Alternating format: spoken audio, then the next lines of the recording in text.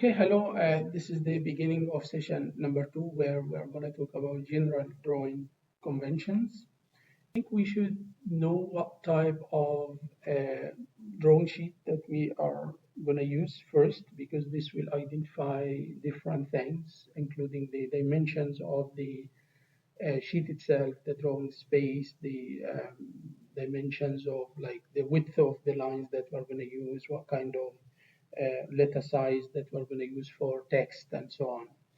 And so this table here shows you the preferred sizes of what's called trimmed and untrimmed drawing sheets, as well as the drawing space that we are supposed to use for each and every type of sheet. So on the left-hand side here, you see, you might have heard these before, but we have like what's called A0 drawing sheet, A1, A2, A3, A4 in the landscape, which is similar to what you see on the screen here. And then A4 portrait, where if you just rotate the screen like 90 degrees, clock or counterclockwise. So we have here the trimmed sheet. If you compare the trimmed sheet to the untrimmed sheet, you will find that the untrimmed sheet is a bit larger in size. So, for example, if we say A is the height and B is the width, so if you compare for A0, the height is 841, where this one is 880, which is a bit larger. So the width here is smaller compared to here as well. So either you are using like trimmed or untrimmed sheets, the area, the drawing space that you are going to use is more or less the same. So if you are using, for example, A4 in the landscape, which is like wide in the width and the height is a bit shorter, and you are using trimmed sheet, so the height is going to be 210, the width is 297, and the space that is used for drawing is 190 as the height, and 267 as the width. So this table, you don't need to memorize this table. It's just there in the standard, and then you can just refer back to this at any point. This drawing here shows you what we were talking about. Like, for example, if you see here, you have A1, A2, and A3, B1, B2, and B3, where A is the height of the drawing sheet, B is the width of the drawing sheet. If we start by A2 and B2, so A2 here is the height of the drawing space. So this is the area from this corner to this corner. This is the height of the area that you're going to draw within. And B2 is the width from this corner to this corner. So eventually this area here is the drawing space. Within the drawing space, we have this title block that we are going to talk about later in this session. If you look at A1 and B1 is the height and the width of the trimmed drawing sheet, which is larger than the drawing space, but less than the untrimmed sheet. So if you look at the A3, B3, this is the height and the width, consequently, for the untrimmed space. So in this case, the complete drawing sheet comprises the drawing space, which has been shown here by A2, B2, the title block, which is in this corner at the moment. We have also what's called the border and the frame. The frame is just this line that surrounds the area, the drawing space area. This is the frame. And this space here on the left-hand side, this space at the top, this space at the right, this space at the bottom, between these two solid lines is called the border, okay? So the size of the border here on the left-hand side is 20 millimeter, because this is used as a filing, for filing. And everywhere else, this border, and this border, the height of these three sides is only 10 millimeter. So the border shall be 20 millimeter wide on the left-hand side because this is used as a filing margin. All other borders shall be 10 millimeter wide. This is a more detailed, like a drawing sheet, if you want. Shows here the title block. We should understand in a moment that this dimension is 180 millimeter. Then this is the border. This is the filing margin that is 20 millimeter. This border here, and this border is 10 millimeter. Okay. Then the frame is this solid line here that surrounds this area.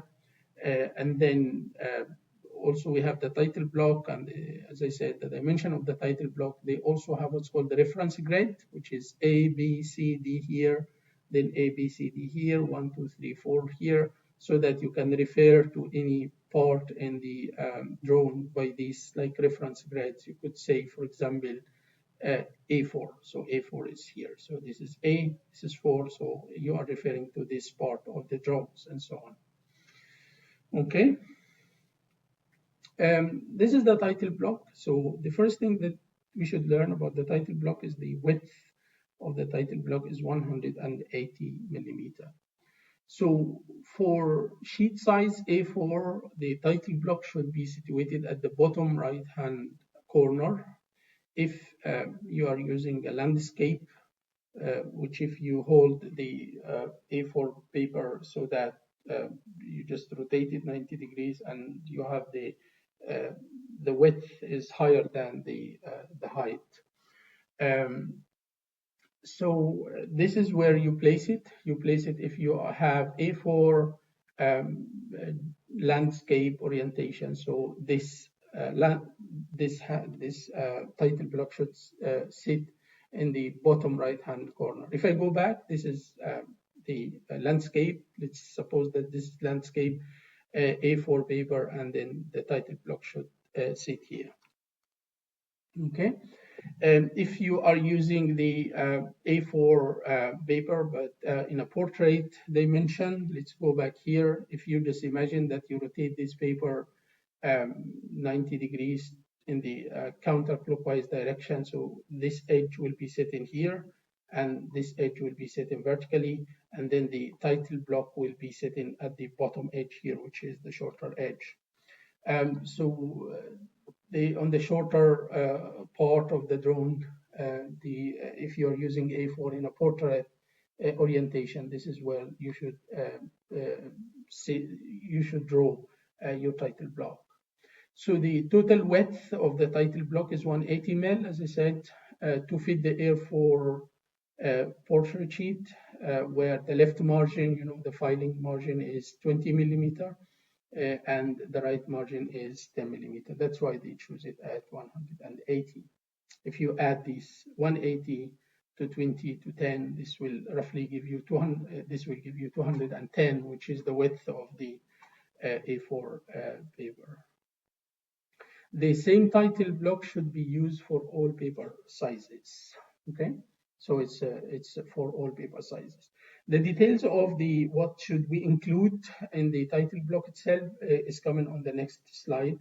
But roughly here you see you have, for example, you can add what department is responsible for these drawings, who is the legal owner of these drawings. It is being created by, you put a name, approved by, you put another name, the technical reference that you should contact, just put a name. What kind of document is this? For example, here it's an assembly or manufacturing, detailed drawings or whatever. Then the title, you should have a title for your drawings here. What was the status of the document?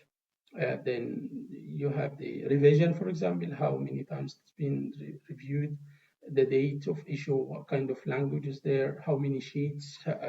This is for these drawings. This is, for example, 1 of 5, so you expect 4 more sheets with the same set. So here it shows you the block title should include this kind of information.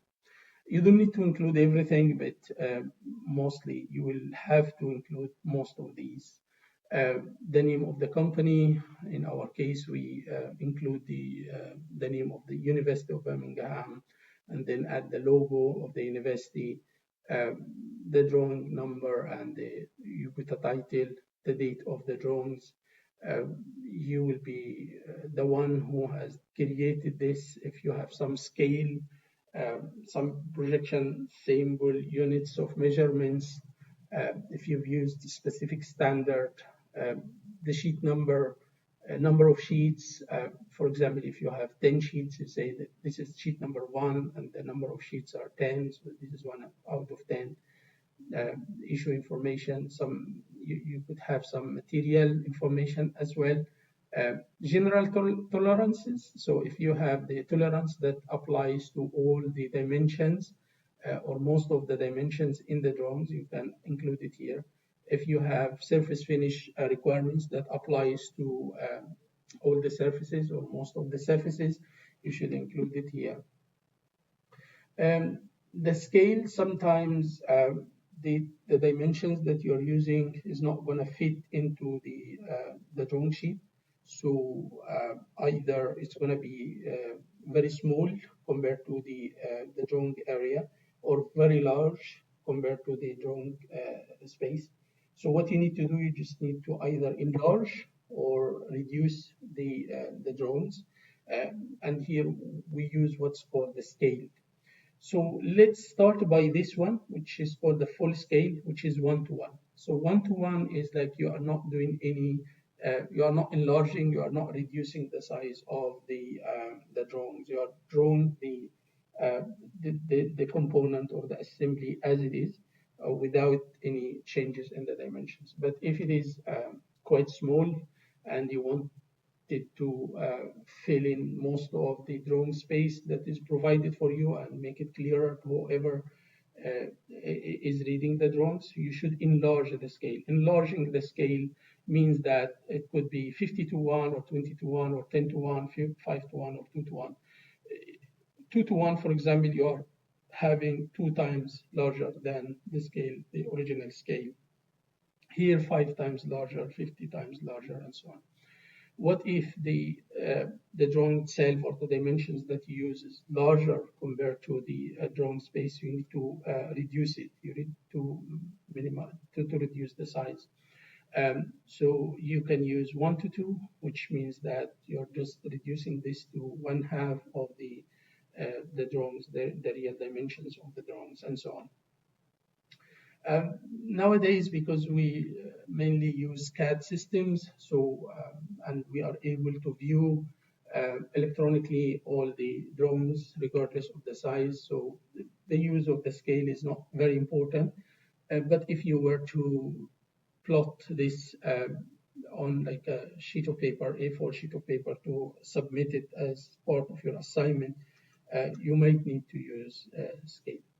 So, and whatever you see here in the table is what is recommended by the British Standard, the recommended scales for technical drawings. Okay. When we start drawings, we use like lines. So it's not like a single type of line that you're going to use. We should use different types for different purposes. So that's why we have some types, some basic line types.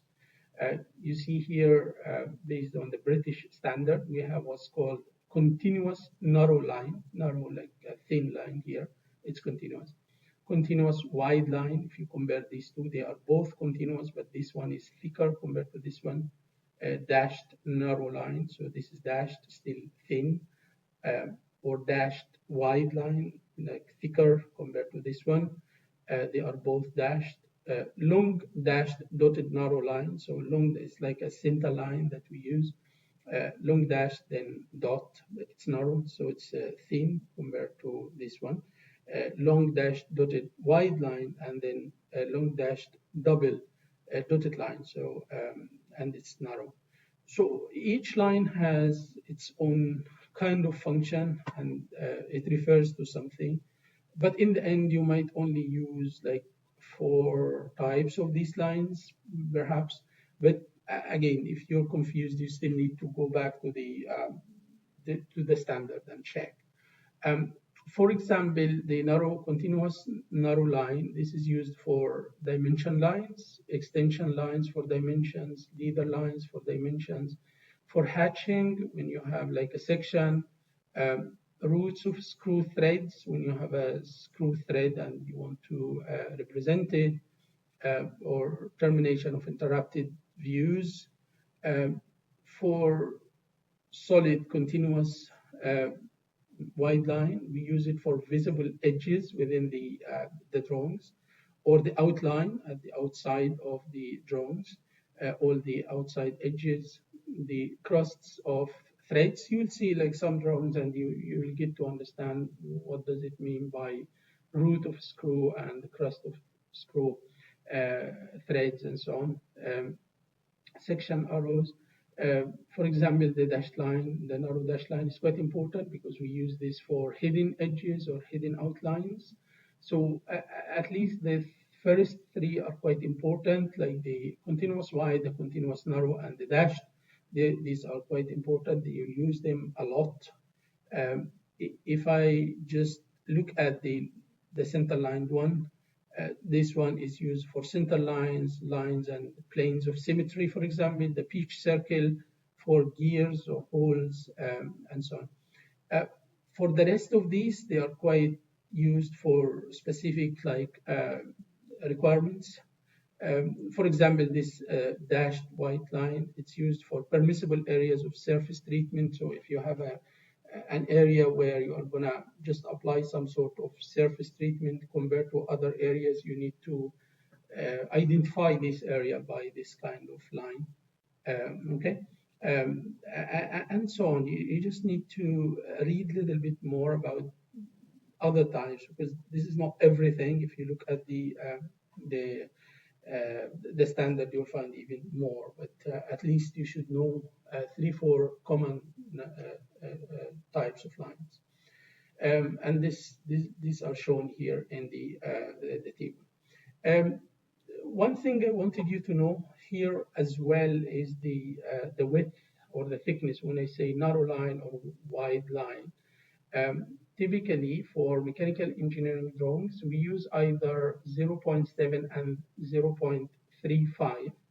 0.7 goes with the wide line and 0.35 goes with the narrow line, or 0.5 and 0.25. Again, 0.5 goes with the wide line and 0.25 goes with the narrow line.